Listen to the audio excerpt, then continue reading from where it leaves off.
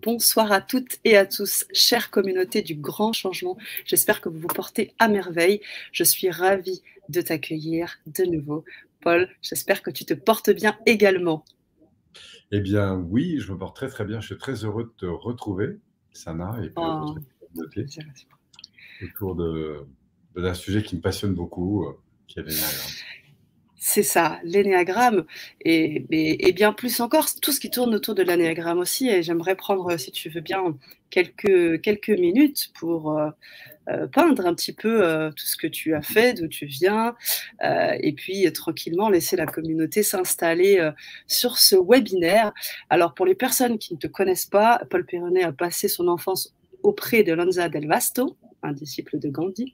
Suite à cette enfance fortement imprégnée de valeurs humaines, Paul Pironet s'est naturellement orienté vers les outils de développement humain, touchés essentiellement par deux dimensions essentielles. L'ouverture à la différence, tu nous l'as déjà dit plusieurs fois cela, le sens que chacun peut donner à son existence.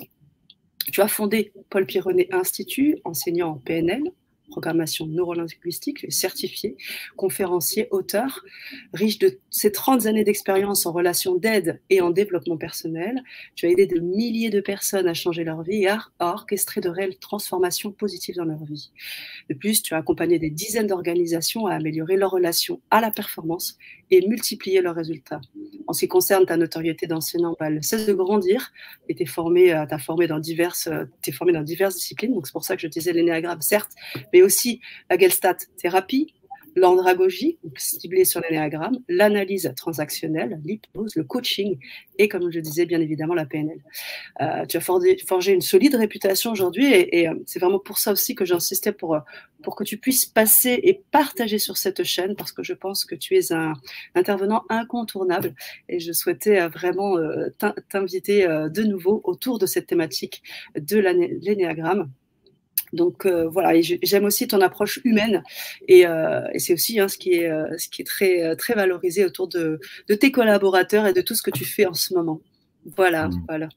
Eh ben, merci, Sana, pour cette édifiante présentation. Édifiant. J'ai adoré. Oui, alors peut-être pour la compléter, tu veux que je rajoute quelques Ah oui, bien sûr, j'allais t'inviter à le faire. Bah, oui, alors en quelques mots, d'abord moi c'est la passion qui m'anime, c'est la passion de l'être humain, du développement, de la transformation. Moi je trouve qu'on est dans un monde fantastique. Alors certes, il est fait de belles choses et de moins belles choses, hein. Je suis un incroyable optimiste, mais en même temps, je sais que le monde n'est pas fait que de belles choses, il est aussi fait d'ombre comme de lumière. Mais ce qui m'intéresse, c'est finalement à quel point nous avons la capacité en fait de rebondir face aux situations. Et justement, je crois que, on va en parler ce soir avec l'énagramme, mais je crois qu'aujourd'hui, on est tellement sollicité par plein de choses sur le plan du développement personnel, et tant mieux parce qu'il y a plein d'approches, il y a une variété de choses, etc. Et notamment en ce moment, il y a beaucoup de personnes qui me disent, mais Polo, toi qui as de l'expérience, tout ça, comment je peux savoir si l'investissement que je fais, le temps que je prends, l'argent que je mets dans telle ou telle direction est finalement une bonne direction? Oui. Non, je t'écoute. Tu parles. Non, Alors, je suis en train d'écouter ce que tu dis parce qu'effectivement, tu as aidé des organisations, donc ça fait rebond avec ce que je disais tout à l'heure. Tout à fait, oui. Oui, oui. Et donc, c'est vrai qu'on a une diversité incroyable de propositions pour évoluer, et tant mieux. Moi, je trouve que c'est plutôt une richesse. Après, là-dedans, il faut arriver à se retrouver un petit peu. Et se retrouver, c'est peut-être apprendre à se retrouver, nous, en soi, pour finalement découvrir. C'est un peu l'objet, moi, en ce moment, qui m'anime particulièrement. Je connais l'énéagramme depuis des années, puisque j'ai découvert ça en 1988, je crois, à l'époque, je faisais du chamanisme et tout. Et puis, j'avais été très impressionné par la justesse de l'intervenant qui était formé. Il n'enseignait pas à ce moment-là l'énéagramme, mais je trouvais que dans les interactions qu'il avait avec les 40 personnes qui étaient autour de moi, dans cette salle, je trouvais qu'à chaque fois, il avait le mot, il avait une sensibilité particulière, et je trouvais que ça cadrait tellement avec ce que je ressentais chez les personnes, mais sur lesquelles j'avais du mal à mettre des mots. Et du coup, je suis allé le voir, évidemment, je l'ai interpellé, je lui ai dit, mais est-ce que tu utilises un outil particulièrement comme ça pour avoir cette pertinence? Et à ce moment-là, il me parle de l'énéagramme qui était très, très peu connu. Et c'est comme Mmh. ça que pour la première fois, j'ai entendu parler de l'énéagramme. Donc il l'enseignait pas, mais il l'utilisait. Et tellement porté par l'envie en fait d'en savoir plus, j'ai finalement, comme j'étais dans mes premières années d'activité, en 90, je me souviens, je l'ai sollicité pour venir animer à Grenoble un séminaire de quelques jours là-dessus, un week-end en gros là-dessus, pour me sensibiliser. Et puis j'avais rassemblé un certain nombre de personnes. Enfin, pour tout te dire, j'avais envoyé 1200 documents à l'époque. Mais Oh punaise! j'avais eu 3 Ah inscriptions. Alors waouh! du coup, j'ai réuni les copains et puis en fait, on a passé un week-end Mmh. fantastique. Et pour moi, ça a été le point de départ. J'ai découvert dans l'énéagramme, en fait, pourquoi en fait bah, parfois on accroche avec des gens, on accroche avec des directions, on accroche, et puis il y a des fois ça accroche pas. Pourquoi certaines personnes ont certaines peurs, ont certaines croyances, parce qu'après évidemment je me suis beaucoup intéressé à d'autres approches que l'énéagramme. Je suis très Mmh. connu sous le nom de la PNL, mais j'ai aussi fait de la Gestalt, on en a parlé, qui est une approche d'accueil et de la gestion des émotions. Je trouve Mmh. vraiment super. J'ai fait beaucoup d'analyse transactionnelle, qui est plutôt dans une culture analytique.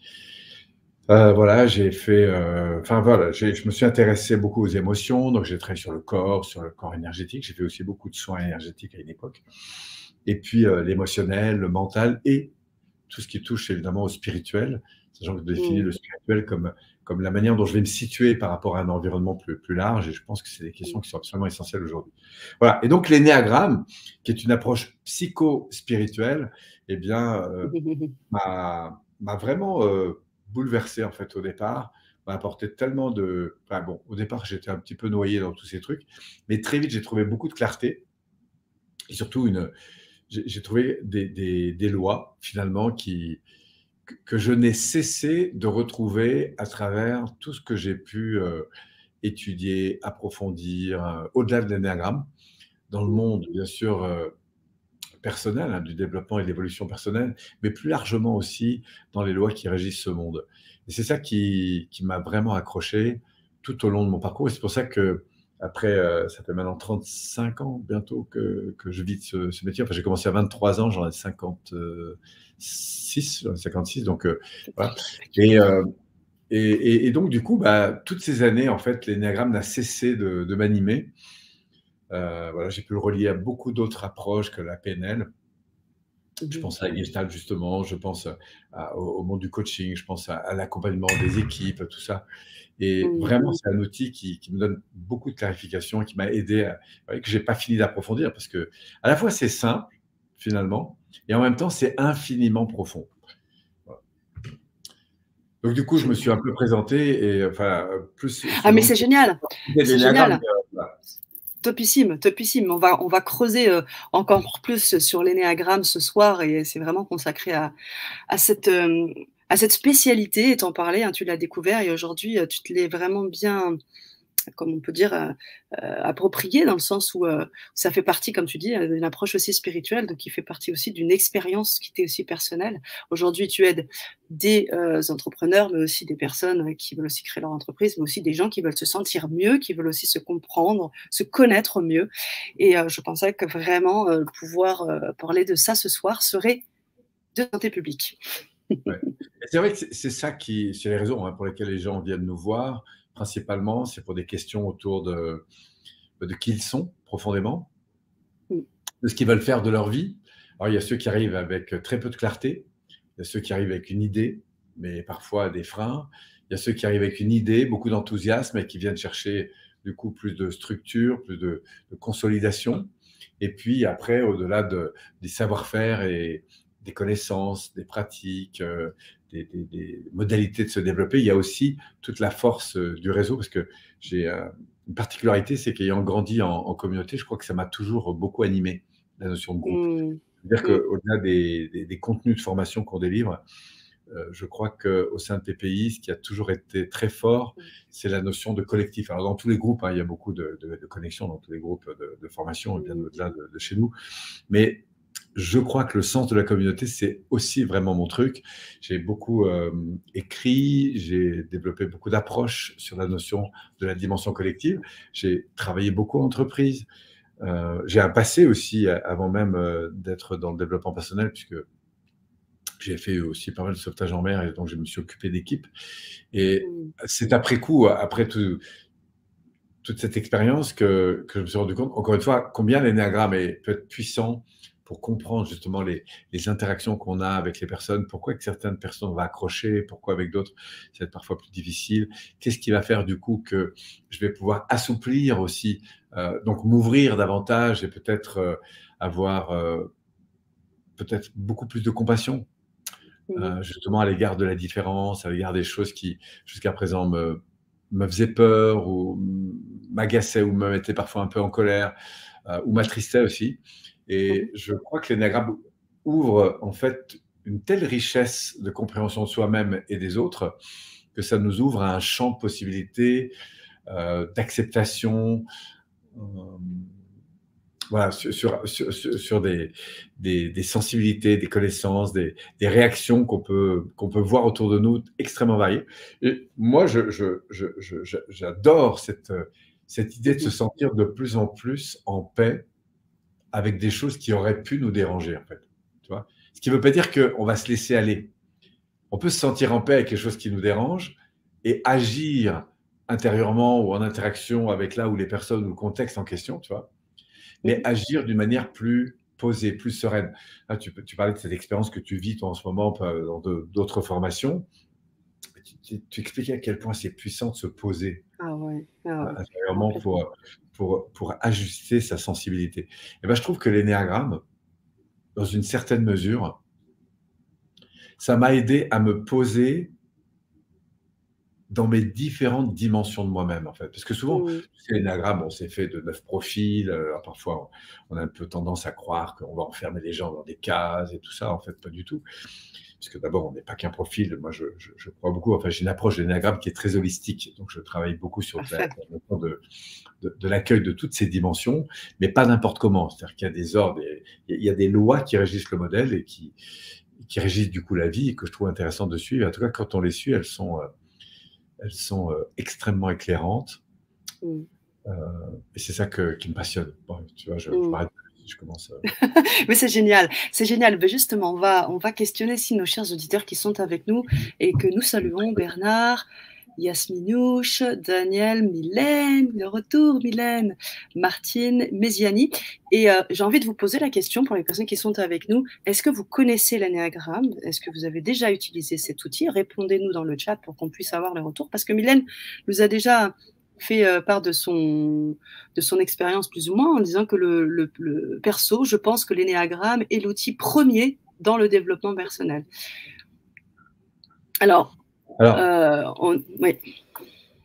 Alors, il est là. moi, Peut-être je te dis que toutes l'afficher. ces approches, j'aime bien dire que toutes les routes conduisent à Rome et elles sont toujours bonnes pour celles qu'on choisit, en fait. Ouais. L'énéagramme est d'une infinie richesse, mais il y a plein de modèles qui sont extrêmement riches. Ce que je crois, pour avoir travaillé longtemps, ça fait maintenant des années, hein, j'en suis à ma 4e décennie, donc ça commence à faire pas mal. En fait, à force d'ouvrir des portes, à force d'entrer dans des approches différentes, ce qui est très intéressant, c'est qu'on retrouve toujours les mêmes principes. Après, on va avoir des descriptions un peu différentes, Mhm. des colorations un peu différentes, mais au final, au fond des choses, on retrouve toujours les mêmes principes, les mêmes lois. Et pour avoir étudié beaucoup d'approches, c'est vrai que l'énéagramme, pour moi, c'est quelque chose qui vibre fort parce qu'il y a d'abord une dimension mathématique, donc ça répond à des sciences qui existent depuis des millénaires. Hein. Je crois que les plus vieilles traces de l'énéagramme, elles remontent à plus de 5000 ans et je pense que c'était plus ancien que ça. Waouh, Euh, tu m'apprends quelque chose. donc c'est très ancien, euh, même si c'est surtout apparu et utilisé dans le cadre de l'accompagnement dit, entre guillemets, psychospirituel dans une des Mm. voies de l'islam qui s'appelle le soufisme, et qui de fait est arrivé beaucoup plus tard, et qui a continué à évoluer, qui a été mis au jour de manière beaucoup plus importante par des jésuites sud-américains dans les années, on va dire, 65, 70. Et c'est là que ça a commencé à prendre un essor, en tout cas aux États-Unis, important. Et puis aujourd'hui, il faut savoir qu'aux États-Unis, c'est enseigné dans les facs et dans tout ça.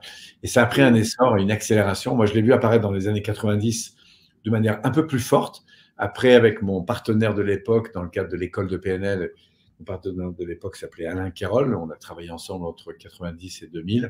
Et nous, on a ouvert nos premières grandes sessions autour de l'énéagramme dans les années 94. Parce que c'est en discutant avec lui, justement, dans mes débuts de PNL, qu'un soir, on s'est mis à parler d'énéagramme. Lui se formait aux États-Unis. Moi, j'avais eu cette première expérience avec Jabran Sepna, là, ce fameux personne qui a commencé à nous l'enseigner. Et après, on a ouvert des séminaires. Je me souviens à Paris, les premiers gros séminaires, il y avait 150 personnes. Et personne ne parlait de l'énéagramme à ce moment-là. Et puis nous, on a continué à intégrer ça dans nos programmes de formation, puisqu'on avait 3 fois 3 jours d'énéagramme. Il y a les Chabreuil aussi qui commençaient à ce moment-là aussi à beaucoup parler d'énéagramme. Et puis, il y a une ouverture de plus en plus forte. Et puis, il y a des bouquins qui ont été traduits en français, Palmer notamment. Et tout ça a pris de l'ampleur. Et aujourd'hui, il y a beaucoup d'écoles qui travaillent autour de l'énéagramme. Et ce que je trouve aussi intéressant, c'est que toutes les écoles n'en parlent pas de la même façon. Et ça aussi, c'est intéressant parce c'est un peu comme dans les voies du développement personnel. On peut avoir des voies extrêmement différentes. C'est vrai. Au cœur de tout ça, on a toujours la même chose, c'est un être humain avec son fonctionnement neuropsychique et qui est décrit ou utilisé ou en tout cas abordé de manière très différente. Et moi, j'adore justement cette ouverture. On a connu évidemment les guerres de chapelle et tout ça, mais je pense qu'aujourd'hui, on a largement dépassé ça. Et toutes les approches, encore une fois, sont magnifiques. On parle d'énéagramme ou d'autres choses. L'important, c'est qu'elles parlent au cœur des personnes qui le découvrent. Et puis après, c'est comme tous les instruments, il y a l'instrument, il y a le musicien. Et c'est ça aussi qui est important, c'est la nature avec laquelle on est. Et je pense aussi qu'en fonction de son histoire, de son développement, de là où on en est, on n'aborde pas non plus l'énéagramme de la même façon. Pour avoir vu des personnes qui, il y a quelques années, démarraient, sont un peu curieuses, elles osent, ont envie de savoir un peu qui on est, un peu comme quand on fait de l'astrologie, on a envie de savoir un peu quel signe, machin et pourquoi. Et puis après, on y découvre quelque chose qui est une science et qui est très profond, en fait, qui est fin. Et moi, je trouve que l'énéagramme a ce croisement entre la psychologie, la sensibilité, les mathématiques, qui sont des lois mathématiques, et un modèle qu'on retrouve partout dans toute la nature. Je dis souvent que si on s'est posé quelqu'un sur la Lune, c'est qu'on a compris les lois. Et ce que je trouve de fabuleux avec la société dans laquelle nous sommes actuellement, où tout est remis en cause, en fait. Les médecins sont remis en cause, les scientifiques sont remis en cause en permanence. Et à la fois, c'est troublant et ça peut créer beaucoup de brouillard pour certains. Mais moi, je trouve que ça nous amène à nous réinterroger d'une manière beaucoup plus profonde. Tout est remis en cause. J'étais dans une émission encore il y a 2 heures sur une radio et on parlait des paradoxes. Ouais. Et c'est fantastique ces paradoxes parce qu'ils sont de plus en plus vrais en fait. C'est-à-dire qu'on prône tout et son contraire aujourd'hui. C'est ça que je trouve de beau. Et à la fois on peut voir le monde de manière négative, à la fois on peut le voir positif. Et ce que je trouve de fabuleux là-dedans, c'est que tout nous ramène dans notre intériorité. Et la force de l'énéagramme, pour compléter sur ce que j'évoquais tout à l'heure, c'est que eh bien, pour nous aider à trouver notre voie, pour nous aider à mieux comprendre où sont nos freins, nos croyances, nos modèles de limitation, ou au contraire nos forces, eh bien, l'énéagramme est un scan absolument incroyable, offre des cartographies, dit souvent, c'est pour ça que je parle beaucoup de GPS, parce que ne pas connaître l'énéagramme, pour moi, c'est un peu comme arriver dans une ville où on connaît personne, et encore moins la ville. On a une adresse et on ne sait pas comment s'y rendre. Et on peut s'arrêter, poser des questions autour de soi, avancer, et puis un peu au feedback, tenter 2-3 trucs. Et parfois, on peut perdre beaucoup de temps aussi sans trop savoir si on est sur le bon chemin. Le GPS a quelque chose de puissant, c'est qu'il nous aide très vite à trouver le bon chemin. Et je trouve que la force de l'énéagramme, c'est ça. Merci, Paul. On a la communauté qui nous répond à la question que j'ai posée. Donc, Bernard nous dit « J'en ai entendu parler, mais je n'ai pas travaillé avec ce support. » Martine nous dit « Bonsoir Martine, j'en ai déjà entendu parler il y a longtemps et je ne me rappelle plus de quoi il s'agit. Donc, je viens me ressourcer ce soir. Merci d'avance. » Yes. Mylène nous dit « Oui, bien sûr. Rebondis, je t'en prie. » Non, vas-y, continue. Et puis après, Je continue, d'accord. Ok. Mylène qui nous dit « Mon enseignant de Reiki m'a offert le livre de Richard Rohr et Andreas Ebert, Énéagramme, les 9 visages de l'âme. » Tu parlais des différentes manières envisager l'énéagramme. En voici une, j'imagine, tu dois connaître parfaitement, Paul. Voilà. Alors, peut-être qu'on peut dire du coup quelques mots parce qu'il Bah ouais, y a visiblement des personnes qui ne connaissent pas trop. Alors, énéagramme, déjà, qu'est-ce que ça veut dire? Éné, ça vient d'énéade, 9, la série de 9, et grammos, qui veut dire point. En fait, pourquoi c'est un modèle en 9 points? 9 d'accord. points, donc, on pourrait dire il y a une base, comme dans un cercle, on réunit un cercle. Après, et le cercle, en fait, déjà en soi, c'est une symbolique. C'est la symbolique de l'équilibre, c'est la symbolique de l'harmonie, de la prise en compte de toutes les particularités. On est solaire, hein, c'est-à-dire qu'on va être dans du rayonnement.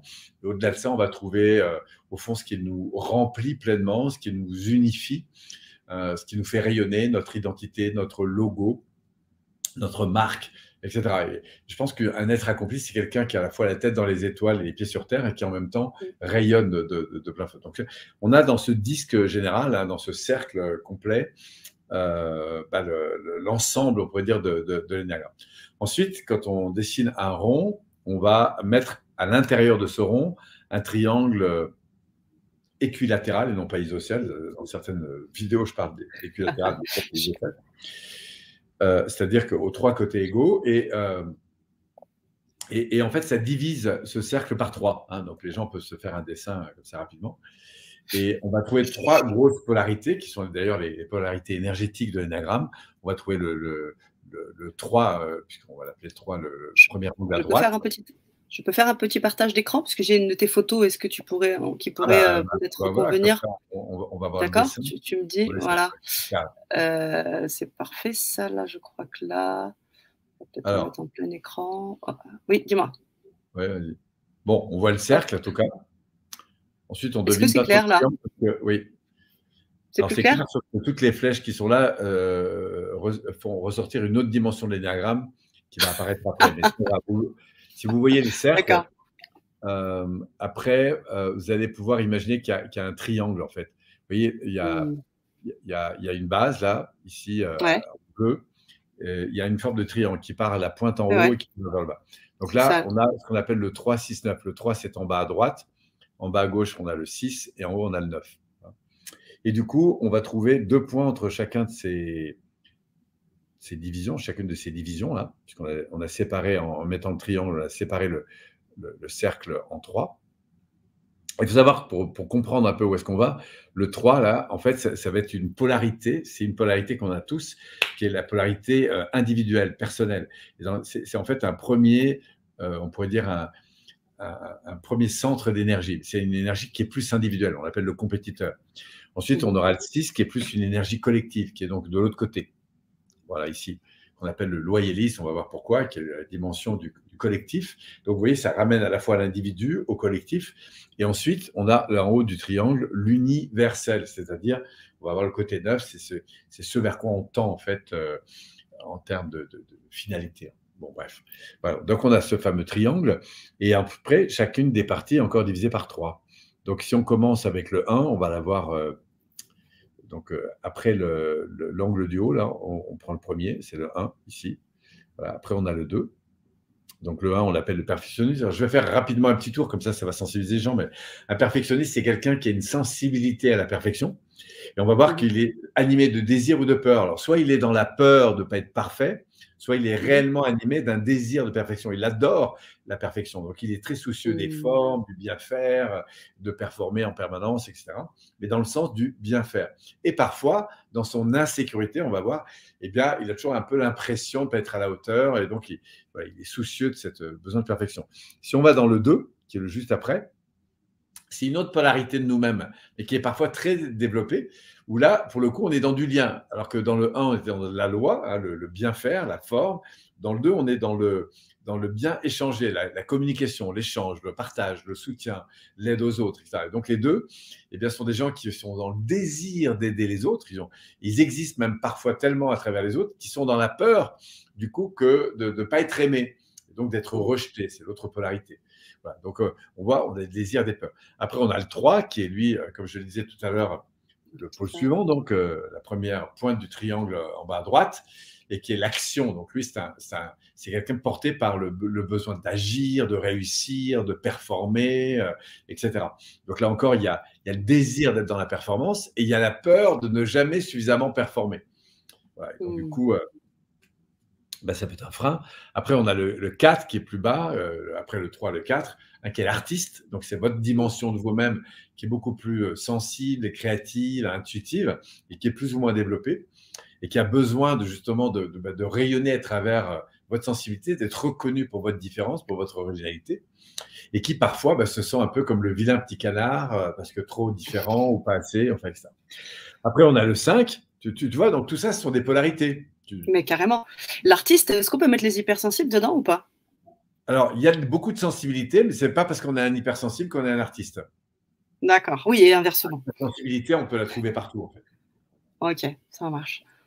Ensuite, on a le 5. Le 5, alors autant le 4 était dans l'intériorité, tu vois, la sensibilité intérieure, le besoin de rayonner vers le monde, sa sensibilité, son expression, sa créativité. Autant le 5, lui, dans un mouvement inverse. Donc, c'est plus la personne qui est en observation du monde, qui a soif de comprendre, qui a soif d'apprendre, qui est beaucoup dans l'éveil de la conscience, besoin d'apprendre, enfin, rechercher, tu vois, et elle va se remplir à l'intérieur. Donc, c'est quelqu'un qui est plus dans sa tête, plus dans l'analyse et tout ça. Et on a évidemment cette polarité-là. Et parfois, on peut être dans le sentiment qu'on n'a jamais assez d'informations pour agir. On a toujours besoin de comprendre. On amasse de l'information. On adore les bibliothèques, tout ça. Mais on a un peu de mal à passer à l'action. Et voilà, on est dans la peur justement de ne pas en savoir assez. Voilà. Donc, on a cette polarité-là. Ou au contraire, eh ben, on est tellement animé par l'envie de partager ce qu'on a appris, qu'on a envie de le traduire en action, en fait. Et on va devenir un porteur, un visionnaire, quelqu'un qui va être porteur d'une action portée sur nos compréhensions.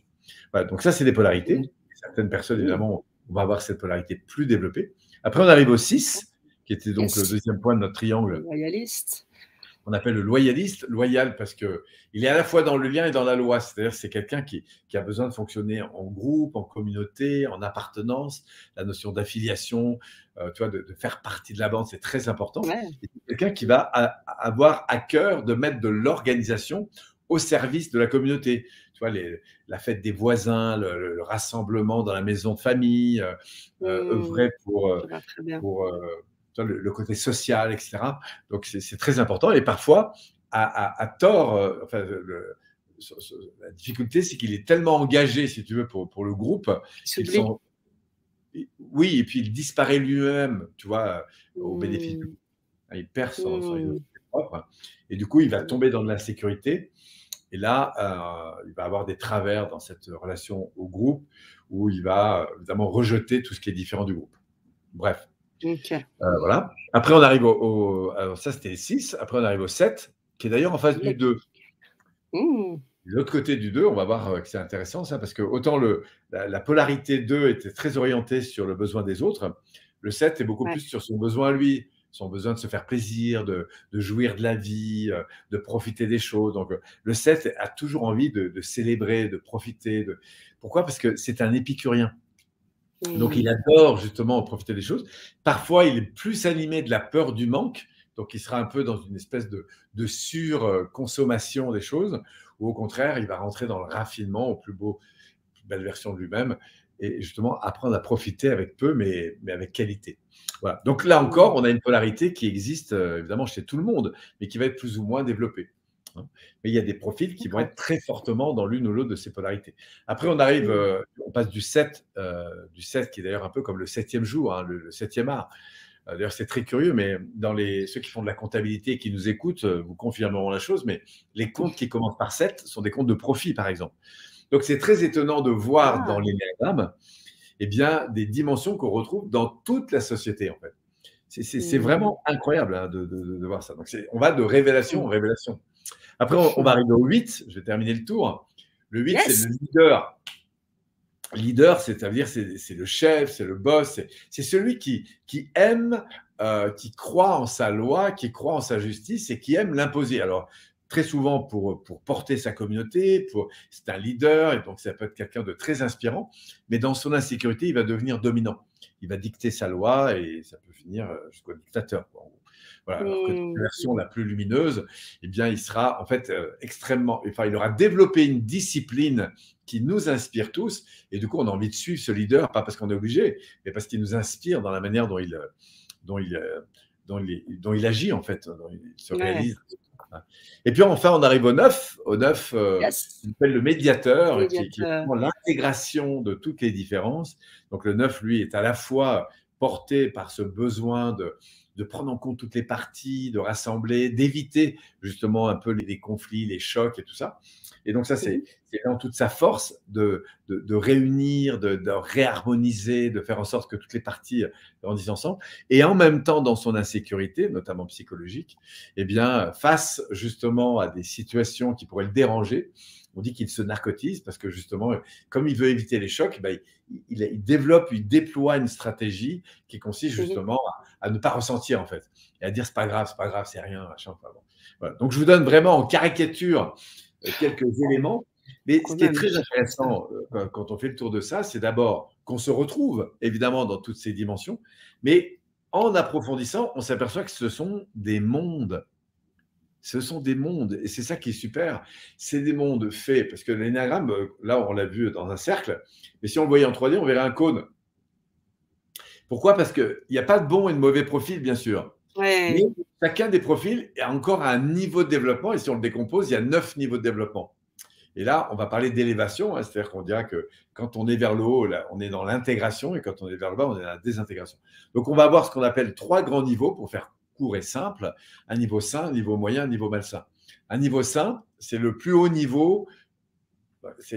On est là-haut quand qu'on soit un perfectionniste, un 2, un 3, un 4, un 5, un 6, on est complètement OK avec ce que nous sommes et en accueil complet de l'environnement. Il n'y a plus de jugement, c'est bien, c'est mal. On existe pleinement et chacun a sa place, en fait. On n'est plus dans ces polarités de compétition, en fait. C'est pour ça qu'on dit qu'on est libéré.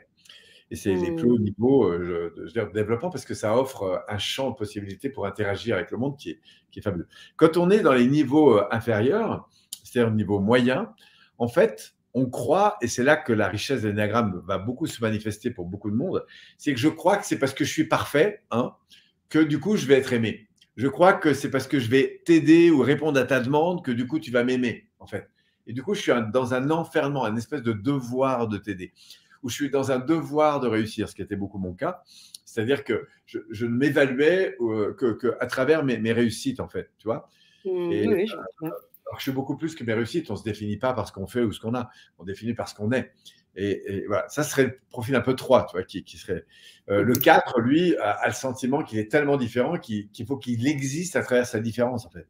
Un peu par excès. Enfin, tu vois, ce qui est très intéressant dans le niveau moyen, c'est qu'on va voir que intrinsèquement, et selon des lois mathématiques, eh bien, on s'aperçoit que la psychologie répond à des règles mathématiques incroyables.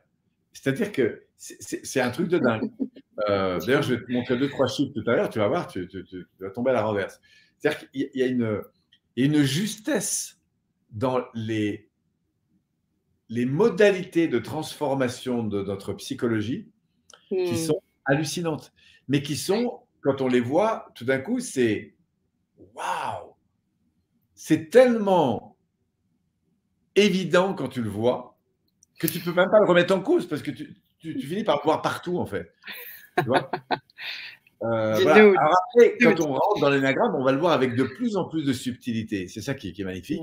Et même quand ça fait des années qu'on découvre, moi j'ai toujours la même passion, et les gens qui autour de moi font de l'énéagramme depuis longtemps, bah, c'est toujours la même passion, parce que c'est des grilles de subtilité qui nous permettent d'être de plus en plus fins dans les observations, dans les sentiments et dans la diversité incroyable qu'offre l'être humain, en fait.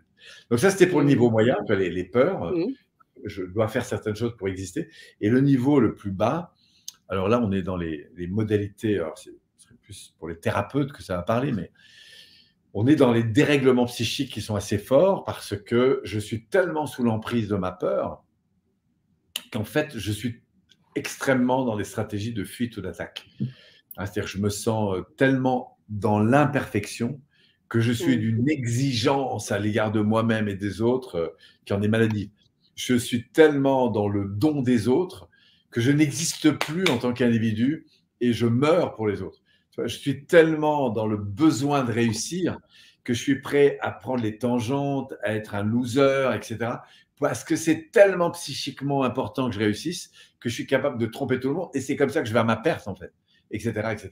Donc, ces cartographies nous donnent du sens et nous aident au final à être en compassion et à aimer ces zones d'ombre, non pas pour la zone d'ombre, mais parce qu'on comprend en accueillant et en aimant ces zones d'ombre à quel point, en fait, ces systèmes de défense cherchent à nous permettre de survivre à quelque chose qu'on croit qu'on a perdu. Et ce qui est fabuleux, c'est qu'on découvre derrière ces fonctionnements, finalement, la lumière, et du coup, les choses se transforment parce qu'on a accueilli, non pas en culpabilisant, mais en amour, en fait. Et c'est l'art de l'énéagramme, c'est d'aller dans nos zones d'ombre pour y mettre de la conscience, de la sensibilité, de la lumière, de l'amour. Et c'est dans cette dimension d'accueil et de considération de nous-mêmes ou des autres que du coup, on peut se transformer. Et ça, c'est quelque chose de très, très fort, en tout cas dans la manière dont moi je travaille avec l'énéagramme, qui est de vraiment apprendre à s'aimer, donc se déculpabiliser pour grandir. En fait. Ouais, ce que je ressens dans ce que tu dis, quand tu parlais des niveaux, c'est aussi que plus on descend, plus on est dans la dualité, dans la séparation. Et ce que tu dis, quand tu parles de niveau le plus haut, on est dans cette unité. L'amour, c'est une unité, cet amour inconditionnel. Donc, c'est ce que j'arrive à capter dans ce que tu dis. Et en effet, plus on est dans des dérèglements psychiques, et plus la séparation est là, et plus la difficulté à se retrouver. Et plus on est effectivement de nous-mêmes, plus on rayonne nous-mêmes, plus on peut exprimer nos pleins potentiels qui passent par l'énéagramme. Et d'ailleurs, à ce titre, je voudrais savoir, parce que tu disais qu'on pouvait avoir un peu de tout, mais si tu avais à cibler Gandhi, il serait quoi? Il serait penseur, il serait médiateur, il serait leader en plus? Il est évidemment plus qu'un profil. Mais On est d'accord. à l'origine, faut savoir que Gandhi, c'était d'abord un violent, avant d'être un non-violent, c'était un violent. Il était très simple, beaucoup dans le côté 5, c'est-à-dire c'était un analysant, il n'avait pas d'émotion, très peu d'émotions, il avait ses petites lunettes, etc. Il était très exigeant mentalement, c'est quelqu'un qui est très exigeant. Il est devenu évidemment un leader, sa dimension 8 a pris énormément de puissance, mais c'est une justice intérieure, c'est un combattant de la justice, parce qu'il ne pouvait pas te donner un conseil s'il l'avait pas lui-même intégré, en fait, tu vois. Donc, il commençait à te dire, s'il avait un conseil à te donner, écoute, je vais y réfléchir, je vais le mettre en place, et puis si dans une semaine, tu reviens et que ce que moi j'ai fait, c'est... Voilà. Donc, c'est un homme qui était un inspirateur par l'exemple, en fait. Mais, voilà, donc souvent, on peut le placer en 8 parce qu'il est devenu un pilier pour la nation et c'est un grand leader, évidemment. Mais à l'origine, je pense que derrière ses petites lunettes, son bâton, son slip à ruban, c'est un homme qui avait une faculté de penser, une exigence dans les modalités de pensée qui était très, très importante. Et tu sais qu'à l'origine, c'était d'abord un homme violent, il battait sa femme et tout ça. Et puis un jour, il était à l'époque en Amérique du Sud, puisqu'il était avocat à l'époque. Et il a été très marqué par la maltraitance d'un Noir, en fait. Et la première chose qu'il s'est dit, mais est-ce que finalement, à quoi ça me renvoie par rapport à ma propre violence? Et c'est comme ça qu'il a réalisé que dans sa culture, les hommes battaient les femmes parce que c'était culturel, en fait. Et du coup, il a complètement transformé ça. C'était le point de départ d'une transformation importante. Et c'est ça que je trouve intéressant, c'est que il n'a pas fait de l'énéagramme, mais on peut expliquer dans l'énéagramme justement sa transformation. Et c'est ça. Et on peut le faire pour énormément de leaders. Et on peut aussi expliquer pourquoi des leaders sont devenus de tels sur Hitler, par exemple, de tels tyrans. Bon, là, on fait référence au 8 parce que le 8, c'est d'abord un amoureux du pouvoir. C'est du pouvoir en termes de possibilités, mais quand il est mal, ben, c'est du pouvoir sur les autres, mais ça naît surtout d'une insécurité intérieure. Et ce qui est très intéressant, c'est qu'en comprenant mieux l'énéagramme, on comprend mieux ce qui a manqué à ces personnes. Et du coup, ça nous éclaire aussi, parce qu'on a tous un peu d'autorité, et parfois d'autorité forte, parce qu'on est parents, parce qu'on a un enfant qui nous agace depuis un moment. On va rentrer, on ne s'en rend pas compte dans cette autorité-là. C'est là que l'énéagramme, pour moi, il devient intéressant, parce que je peux être quelqu'un qui est un 2, très voué aux autres, etc. Et par souffrance, en fait, parce que je n'ai pas le retour que j'attendais, et bien du coup, je ne m'en rends pas compte, mais on va voir comment l'énéagramme nous éclaire sur le fait qu'on va devenir un tyran, comme disait Jacques Salomé, c'est-à-dire un terroriste relationnel, c'est-à-dire où je suis capable de culpabiliser l'autre parce que j'ai la croyance que c'est à cause de lui que je souffre, en fait. Donc, on peut comprendre comme ça, et on verra que notre 2 se désintègre en 8, en fait. Donc, ce qui est très intéressant, c'est alors que si on veut aider notre 2 à avancer, c'est surtout pas en lui disant qu'il s'occupe de lui, c'est en l'aidant à reconnecter à ce qu'il vit à l'intérieur de lui. Auquel cas, on va l'amener vers le 4. Tu vois, et c'est en reconnectant à cette sensibilité qu'on va l'aider ensuite à se dire, mais au fond, ce serait quoi le comportement ou la forme du comportement à avoir qui serait plus juste? Et c'est comme ça qu'on va le ramener vers le 1. Et c'est aussi à travers cette remise en place d'un comportement plus juste qui va accéder à son 7, c'est-à-dire à la véritable satisfaction de son plaisir. Voilà, qui est la polarité opposée du 2, par exemple. Donc, tu vois, là, je viens de te montrer comment, à travers des cartographies, et il y en a plein, du coup, on a comme des sentiers qui nous donnent, avec une justesse mais de montre suisse, eh bien, par où passer, en fait. Alors que ce soit en termes de connaissance de soi, dans la relation qu'on peut avoir avec nos différentes polarités, qui sont parfois fortement manifestées, mais qui sont parfois complètement inconnues. Parce que, tiens, je me rendais compte que moi, dans ma vie, j'avais très peu de structure. J'ai appris à la développer. J'avais beaucoup de mal à dire non, en fait. Pour donner un exemple sur là où j'en étais, hein, tu sais, je fais ma première grande conférence avec Alain Quérol, il y a 200 personnes dans la salle, etc. Et puis autour de moi, j'avais mon petit staff qui m'avait beaucoup aidé. Et on avait réservé un restaurant pour aller manger, tu vois, à la sortie de la conférence. Sauf qu'à la sortie de la conférence, il y a 25 personnes qui nous suivent. Et donc, du coup, le type nous accueille dans le restaurant, il nous met une immense table. Et à la fin, tu vois, j'arrive à la caisse pour régler le type, et le type me sort la note de 25 personnes. Et ben moi, à ce moment-là, pour te dire où j'en étais, ça a été incapable de dire au gars, moi, je vais prendre tel plat, telle personne, telle personne, telle personne. Pourquoi? Parce que j'étais dans une insécurité, j'avais tellement besoin de faire plaisir et de me montrer parfait que du coup, j'ai payé pour la table entière, en fait. Bon, sur le coup, ça a été évidemment lourd pour moi parce que ça, c'est une grosse charge. Après, par la suite, j'ai appris que ça avait impressionné beaucoup de monde parce qu'à l'époque, j'avais 23 ans. Hein. Les gens autour de moi, ils étaient tous, ils avaient 12, 10 ou 15 ans de plus que moi. Et ils ont tous été impressionnés et en même temps touchés parce que, par la générosité. Donc, ça a eu aussi des conséquences positives. Bien sûr. Mais sur le coup, ce n'est pas une décision que j'ai prise de l'intérieur. Je l'ai prise. À ce moment-là, j'étais en incapacité de dire non. Donc, voilà, avec le temps, c'est très intéressant d'avoir comme ça des exemples contextualisés, d'abord pour s'en déculpabiliser complètement, bien au contraire s'en amuser, et puis après comprendre ce qui s'est joué, et du coup, que ce soit à travers la compréhension, la sensibilité, parce que pour changer et évoluer, quelqu'un a posé la question, il ne suffit pas de comprendre. S'il suffisait de comprendre pour changer, ce serait top. Et c'est là que le travail, notamment qu'on propose par la suite, qui n'est pas un travail seulement de lecture d'un bouquin ou d'écoute de vidéos, qui est un travail d'exercice, un peu comme on ferait une méditation étape par étape, un peu comme on dirait une séance de sport, tu vois, où on va apprendre une chose, on va la mettre en pratique, on va apprendre une chose, on va la mettre en pratique. Et c'est comme ça qu'en fait, le processus de transformation se fait. Et comme ça fait quelques années qu'on le fait, je pense qu'on commence à le faire bien. Et voilà. Et donc, mon ambition a été justement de pouvoir permettre à beaucoup de personnes d'intégrer l'énéagramme d'une façon la plus simple qui soit. J'ai fait des séquences de travail de 30 minutes, mais qui sont 30 minutes sur une chose. On applique avec 2-3 exercices avec soi-même, avec son environnement, ses enfants, son conjoint. Et en fait, on fait grandir autour de soi les personnes. Parce que dans l'énéagramme, on grandit intérieurement. on grandit à travers l'interaction qu'on a avec les autres.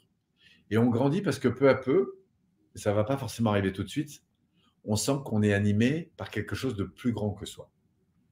Et c'est vraiment, quand je parle de GPS, hein, ce n'est pas un petit mot, c'est vraiment la sensation que j'ai. Tu parles de GPS. Oui, quand je parle du GPS, c'est vraiment une image que je trouve très juste. C'est vrai. Un diagramme, tu vois. C'est vrai, c'est vrai. Tu as raison. Et en parlant de GPS, ben justement, je sais que tu nous proposes, Paul, de faire une expérimentation justement, et donc de pouvoir eh bien tester à travers un quiz qui va permettre Oui, oui, oui. notamment de tester votre polarité, votre comment on appelle ça? Voilà, l'avantage, c'est que c'est pas trop long parce qu'il y a 40 questions. Mais l'inconvénient, c'est qu'il n'y a que 40 questions par rapport à après un outil que je donne plus loin où là, il y a beaucoup plus. Mais bon, ça a l'avantage de permettre à beaucoup de personnes de repérer les deux polarités dominantes. Et puis, en faisant effectivement ce quiz, après, vous pouvez accéder à la grande soirée, puisque je vais faire une grosse masterclass le 28, pas février, ça c'est ma date d'anniversaire, pardon, le 28 septembre. Et je vais effectivement proposer avec notamment une amie qui est intervenante chez nous, avec une collègue, une amie de cœur en fait, avec qui c'est une amie sur un plan amical, hein, je dis ça parce que quand on fait beaucoup de choses ensemble, il y a pas des gens qui pensent qu'on est ensemble dans la vie. Non, on n'est pas ensemble, mais par contre, on a beaucoup de complicité. Et elle est très, très pointue. Elle s'appelle Béatrice Fornari. Elle est très pointue dans l'intelligence émotionnelle parce qu'elle a énormément travaillé dans ce domaine, dans plein de trucs. Elle est formée aussi en PNL, en énéagramme. Elle est avec moi sur beaucoup de séminaires. Et du coup, on sera ensemble, enfin, surtout en fin de soirée pour justement parler de l'intelligence émotionnelle aux colorations de l'énéagramme. Génial. Béatrice Fornari, notamment, qui est venue sur la chaîne. Je sais qu'on l'avait invitée lors d'un sommet que nous avions. Oui, c'est vrai. C'est vrai, elle m'en a parlé d'ailleurs. Elle est intervenue sur la chaîne. Alors, en effet, on vous invite vous pouvez avoir donc, la possibilité de tester ce qu'est l'énéagramme avec donc le lien que je vous ai communiqué. Alors vous l'avez plusieurs fois, je vous l'ai mis là avec un tout petit lien, vous pouvez cliquer dessus, sinon vous pouvez aussi cliquer sur le grand lien que je vais vous donner, ce sera peut-être plus lisible, vous verrez, vous essayez, mais les deux marchent, je vérifie. Et donc là, vous pourrez aussi, comme tu l'as dit, Polo, vous inscrire à cette masterclass, du moins à la conférence, qui vous invitera à aller encore plus loin en donnant encore plus d'éléments que vous allez déjà vivre à travers ce test. Et donc à la fin de ce test, on a déjà un beau schéma, quelque chose. Comment ça se passe, Paul? En fait, au terme de ce test, on va voir les deux dominantes sortir. Ok. C'est la première chose. Et du coup, il y a un petit texte qui vous donne un peu les deux dominantes sur l'énéagramme. Et puis après, dans le cadre d'un groupe, puisque une fois que vous avez fait le test, on vous propose de venir sur un groupe Facebook qui s'appelle l'énéagramme, mon GPS personnel. Là. Et dans ce groupe Facebook, vous allez avoir accès à beaucoup de petites vidéos de 10 minutes que je fais là pendant c'est tout gratuit, hein, ça dure jusqu'au 28 et même la semaine d'après, où je donne chaque jour des petites vidéos qui éclairent en fait chacun des profils.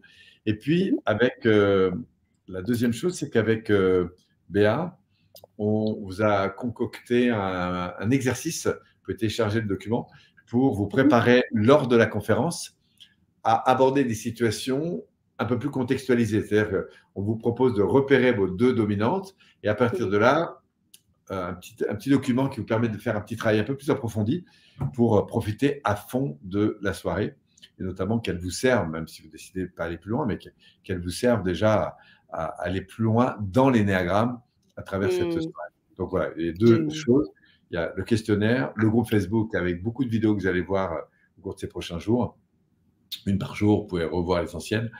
Et puis, voilà, on va monter en charge comme ça jusqu'au 28 pour sensibiliser, pour vous donner vous partager un maximum de petites choses autour de l'énéagramme.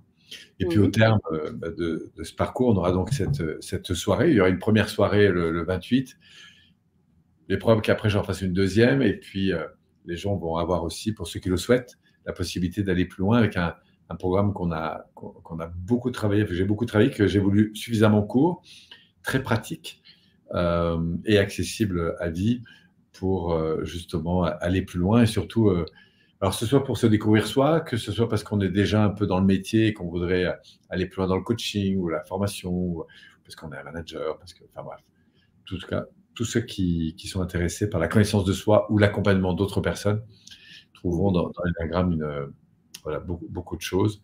Et puis la force des vidéos, c'est qu'on peut les écouter plusieurs fois, parce qu'il y a quand même, surtout si on arrive vers la fin, il y a des choses qui valent le coup d'être repris. Et donc, quel que soit son niveau de formation, voilà, c'est génial. Tu ça. parles de densité, c'est ça, tu parlais de densité dans les vidéos et tu parlais de temporalité. Je vais y revenir.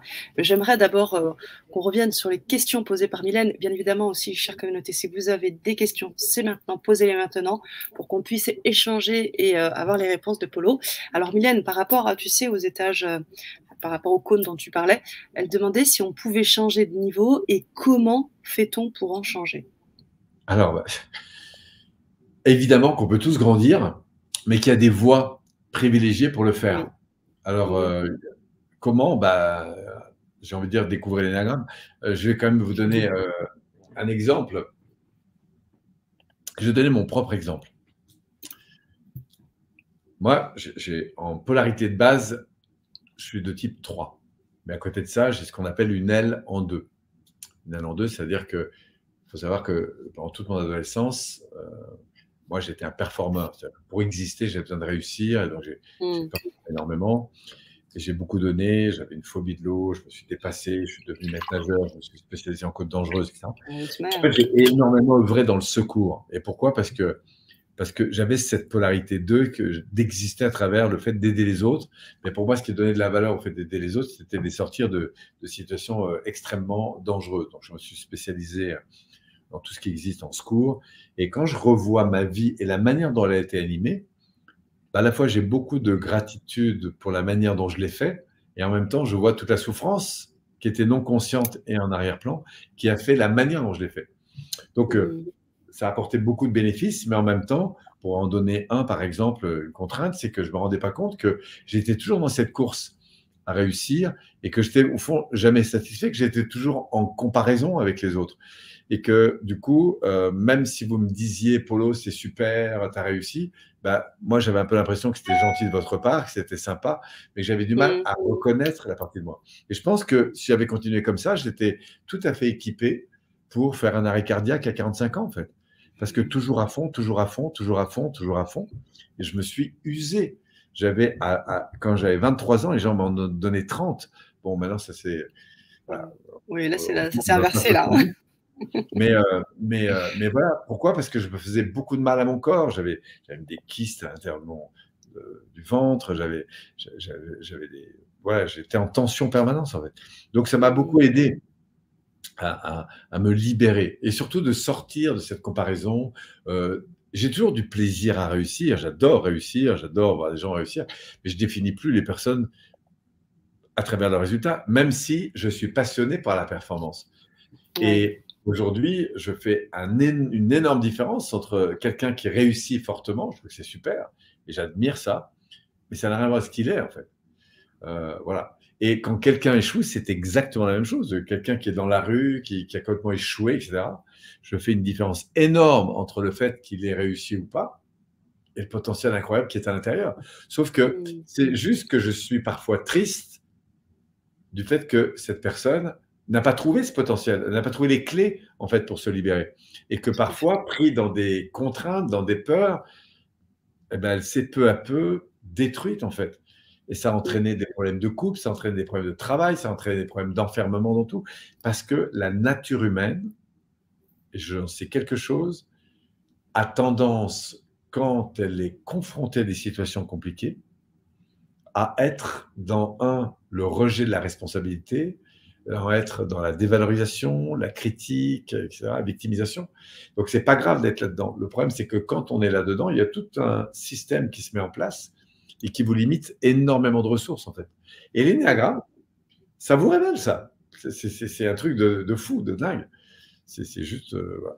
Donc, ça révèle. Et une fois qu'on comprend, ben, c'est bien, on a compris. Mais après, il faut des exercices. Ah, par exemple, si je veux aider une personne à transformer son rapport à la nourriture, au couple, à l'argent ou quoi que ce soit, et on le verra dans l'énagramme, il va falloir qu'il y ait des prises de conscience, c'est-à-dire un mindset qui évolue, des croyances qui évoluent, des modalités de perception d'elle-même, des autres et du monde qui évoluent, des connaissances qui s'intègrent. Il faudra qu'il y ait un changement au niveau émotionnel, donc du rapport de l'attachement à l'argent, à l'amour, à la nourriture, pour qu'elle transforme son rapport émotionnel. Et de ces deux mondes, perception et ressenti, découlera peu à peu, mais il va falloir qu'elle les intègre aussi, des comportements nouveaux, des attitudes nouvelles qui engendreront des résultats différents. Et dans l'énéagramme, on retrouve ça, on trouve toutes ces polarités-là dans tous les profils. Mais d'une clarté à tomber par terre. Enfin, je veux dire. Et puis, après, c'est sûr qu'après 30 ans, j'enseigne pas non plus l'énéagramme comme je le faisais il y a encore 10 ans. Donc, il y a beaucoup de choses qui sont clarifiées, qui se sont simplifiées, qui se sont voilà, qu'on a privilégiées parce qu'on se dit ça, c'est le truc qui va faire, qui va aider vraiment la personne. Voilà, par exemple, l'affaire des zones d'ombre, ça a l'air de rien, mais montrer à quel point la culpabilité est un antidéveloppement majeur. C'est très puissant, en fait, quand une personne ne se rend même pas compte qu'elle se dévalorise. L'autre jour, je discutais dans une formation et la personne me dit « Ah oui, mais moi, je suis nul ». Comme je sais pas, elle a dû dire 3 fois en l'espace de 15 minutes d'échange, en fait. Ah oui. Au bout d'un moment, je l'interpelle et je lui dis tiens, j'entends que ça fait plusieurs fois que tu te répètes « je suis nul », en fait. Mais imagine que ton voisin te dise ça te ferait quoi?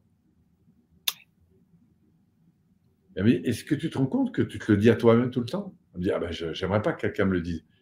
Mais pourquoi tu te le dis à toi, en fait, en permanence? Tu te rends pas compte? En fait, elle se rend pas compte. Pourquoi? Parce que nous créons des automatismes. J'en parlais dans notre dernière soirée. Nous créons des automatismes. Et ce qui est fabuleux, c'est que la psychologie, elle crée des automatismes selon des lois qui sont aujourd'hui définies. Tu sais qu'on en a appris plus dans ces 5 dernières années sur le fonctionnement humain que dans toute l'histoire de l'humanité. Et même si l'énéagramme est très ancien, je peux vous garantir que dans ces 3 dernières années, on a fait, enfin, moi j'ai eu des évolutions avec l'énéagramme vraiment importantes. Ouais. Ben oui, tu m'étonnes. Bah, moi, je pense à tout ce qui est l'évolution du quantique et la puissance de la pensée, parce que cette personne qui répète en boucle ce genre de choses, eh bien, elle s'engramme ça. Elle s'engramme ça dans les cellules, elle s'engramme ça dans le cerveau, et donc du coup, elle est ensuite cette personne. Elle s'étiquette elle-même de ça. Donc, c'est Après, ce qui est vrai que intéressant, Mmh? c'est qu'on a tous ces mêmes lois qui nous régissent, mais on ne va pas le faire dans les mêmes colorations, tu vois. Un type bleu ne va pas avoir les mêmes. Il est toujours animé de peur et de désir, il a toujours une voie d'intégration, désintégration, il a toujours des strates de développement. Mais il ne se passera pas la même chose pour un 2 que pour un 8 ou pour un 7 ou pour un 5. Enfin, c'est les mêmes mécanismes, mais pas dans la même coloration. Tu vois, c'est un peu comme si je disais, bah, un être humain en France, c'est pas le même qu'en Afrique, c'est pas le même que dans la forêt amazonienne ou au Japon. Oui. C'est toujours un être humain, mais dans sa coloration, dans sa culture, dans sa sensibilité. Voilà. Et pour finir avec ma métaphore de la planète, on peut aller vivre partout.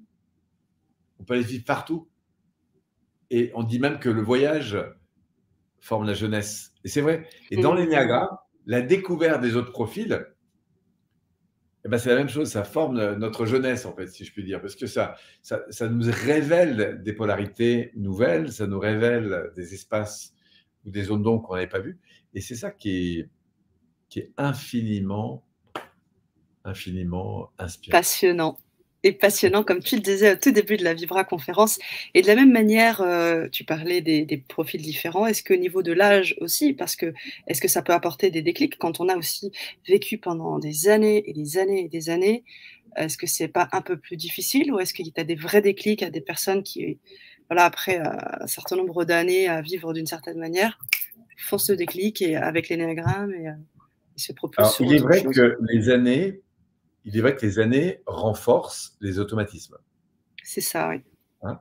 Mais je peux te garantir aujourd'hui que n'importe quel automatisme se change. Même si ça Mmh fait mh. 50 ans que la personne se pourrit la vie sans même s'en rendre Mmh. compte, à partir du Mmh. moment où elle le découvre et qu'on va donner à sa tête, à son cœur et j'ai presque envie de dire à son cheval intérieur, son inconscient, l'envie Mmh. de changer, que ça a du sens. Moi, je dis souvent qu'on est bien sûr porté par, poussé par le passé, mais on peut être davantage tiré par le futur que poussé par le passé. Mmh. Et et notre rôle aujourd'hui, en tout cas mon rôle aujourd'hui en tant que positionnement que j'ai, pour moi, c'est vraiment de découvrir ou d'amener les gens à comprendre que le sens qu'ils donnent à leur existence, à la société, aux situations qu'ils rencontrent, que ce soit dans leur couple, leur famille, leur boulot, social, que ce soit par rapport au Covid, que ce soit par rapport au pass sanitaire, tout ce qu'ils perçoivent, Mmh. d'accord, c'est une affaire d'angle de vue. Vous savez, vous prenez, on parlait de Gandhi tout à l'heure. Ouais. Gandhi, c'est ce qui a fait sa force, c'est qu'il a donné un angle différent, il a donné un cadre différent, il a donné un vocabulaire différent à certaines choses. Mmh. Et dans cette reprise de conscience, il y a énormément de choses qui ont changé et qui ont impacté le monde. Complètement. Mais il n'est pas né dans Comme ça. le Gandhi qu'on a connu.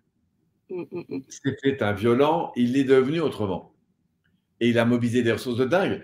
Mais et c'est ça le message que je voudrais donner aux gens, c'est plus vous allez aller vers la connaissance de vous-même, plus vous allez avoir un champ de possibilités sur la manière Mmh. de voir ce monde, de le nommer, de lui donner un cadre, parce que c'est vous qui, chacun en fonction de votre histoire, donnez certaines valeurs à certaines choses, donnez tel cadre à certaines autres choses, mais tout vient de vous. Mais tant que je ne comprends pas ce qui se passe à l'intérieur, Mmh.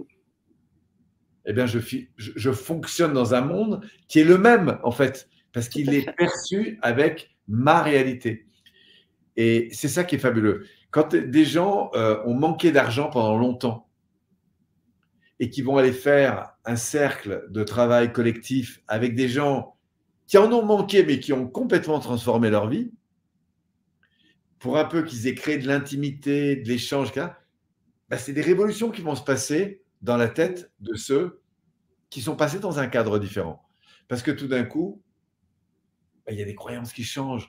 Mais au final, ce qui change, ce n'est pas le monde qui a changé. Ce qui change, c'est qu'ils ont donné un vocabulaire différent, un sens différent, une perception différente, un cadre différent, des valeurs différentes. Et c'est ça qui a, par la suite, va engendrer leur changement. Mmh. Donc le changement, tout le monde peut y avoir accès. Mais si vous voulez mon avis, ça commence à l'intérieur. Et je n'ai rien vu de plus puissant que de comprendre comment ce monde intérieur s'est structuré, pour en repérer à la fois mes zones de lumière, de force, de passion, de puissance, et en même temps mes zones de limite, qui sont toujours là, mais qu'on va aborder, accueillir et interagir de manière différente, et qui font que notre regard sur le monde change, notre vocabulaire change, le cadre qu'on donne aux choses change, le sens qu'on va donner aux choses change. Quelqu'un qui croit intérieurement que le Covid, c'est une mauvaise chose, mais c'est incroyable tout ce qui peut nourrir comme information qui Bien va sûr. venir confirmer ce qu'il croit. Et on s'en fout de savoir s'il a tort ou il a raison. Personnellement, j'accueille pleinement sa vision. Il pourrait croire, et c'est vrai que si vous regardez sur les réseaux, il y a des polarités de dingue entre les perceptions qu'on peut avoir du Covid, des polarités. Ça veut dire que d'un coup, c'est certains qui vont dire ils sont à fond, et puis vous avez les anti-vax, les vax, et machin. Mais la réalité, on s'en fout de savoir. Ce qui est très intéressant, c'est que chacun est dans sa vérité. Malheureusement, il prend parfois sa vérité pour la vérité. Et comment il fait? Ben, il la confirme en permanence. Et c'est ça la puissance d'un système de croyance. C'est si Mmh. je sens qu'il n'y a pas d'amour en moi, je ne peux pas avoir de l'amour à l'extérieur. Parce que les situations que je vais voir, je vais les interpréter en fonction de ce que je suis. Et quand je découvre dans l'énéagramme ce que je suis au fond de moi, par exemple, que je crois que pour être aimé des autres, je me réalise qu'il faut absolument que je performe, ben je comprends pourquoi j'arrive pas à arrêter à 22 heures le soir et qu'à 1 heure du matin, je travaille toujours. Je comprends pourquoi je prends jamais le week-end. Je comprends pourquoi je me brûle peu à peu. Parce que je crois qu'il faut que je performe pour réussir. Parce qu'il faut que je crois qu'il faut que j'ai toujours plus d'études pour finalement réussir. Il faut que je crois que j'aide tous les autres et que je ne peux pas dire non à ma famille, aux autres. Parce que si je ne dis pas non à la famille, eh ben, je vais être rejeté. Je crois que tant que je n'ai pas compris tel concept, etc., que je n'ai pas tout appris, que je n'ai pas tous mes diplômes, j'y arriverai pas. Et du coup, je vois la vie, je vois le monde en fonction de ma cartographie intérieure. Et je ne connais pas meilleure voie. Vraiment, je le dis avec tout mon cœur, je ne connais pas meilleure voie que de se découvrir à l'intérieur pour s'ouvrir au monde extérieur. Et du coup, le monde ne va pas forcément changer, il va continuer d'évoluer, mais ce qui va changer, bah, ce sont mes perceptions, c'est les mots que je mets, c'est le cadre que je donne aux choses, c'est le sens que je donne aux choses, etc. Et ça, c'est fantastique. C'est fantastique. Et tu en parles fantastiquement bien. Waouh, génial, génial. Je vais te poster le message d'Anita qui nous dit « Ça me donne très envie de reprendre mon cours sur l'énéagramme. Je vais faire le quiz. Je suis sûre que je me retrouverai moins dans le 2 aujourd'hui. J'ai hâte de le faire, ce quiz. Je me réjouis déjà d'intégrer le groupe Facebook. » Eh ben, bienvenue Anita, je serais ravi d'échanger si on en a l'occasion. C'est ça, je vous rappelle comment faire, vous avez le lien. Alors j'ai cru lire Chevelu qui nous dit qu'elle n'arrivait pas ou il n'arrive pas à se connecter. Alors j'ai bien testé les liens, j'ai bien reçu moi aussi donc la confirmation via ma boîte mail. Donc peut-être Chevelu que vous n'avez pas écrit correctement le mail, ça peut, puisque même s'il n'est pas dans les indésirables, ou peut-être qu'il prendra un petit temps avant d'arriver. Mais en ce qui me concerne, j'ai fait le test et avec 2 adresses mail et tout marche bien. Il faut juste bien s'assurer que vous avez bien mis votre adresse mail complète. Parfois, on écrit un peu rapidement et on oublie le FR ou qu'on met que le F. Ça peut arriver. Donc, je vous invite juste à le renoter. Et je pense que ça devrait aller. Pour les autres, vous nous faites de toute façon le retour si vous avez ce souci. Mais je pense vraiment qu'on est bon. Cindy qui nous remercie aussi. Et voilà, génial. Super. Ah mon Dieu, mais c'est déjà 22h09. Oui, c'est ça. C'est ça. Et on va conclure cette Vibra conférence. Merci beaucoup, beaucoup, Paul, d'être venu ce soir pour partager cette passion. Et comme je disais, c'est de santé publique. Et on comprend pourquoi, avec toute cette passion qui t'anime, comment cette spécialité est importante, en fait, pour chaque être humain.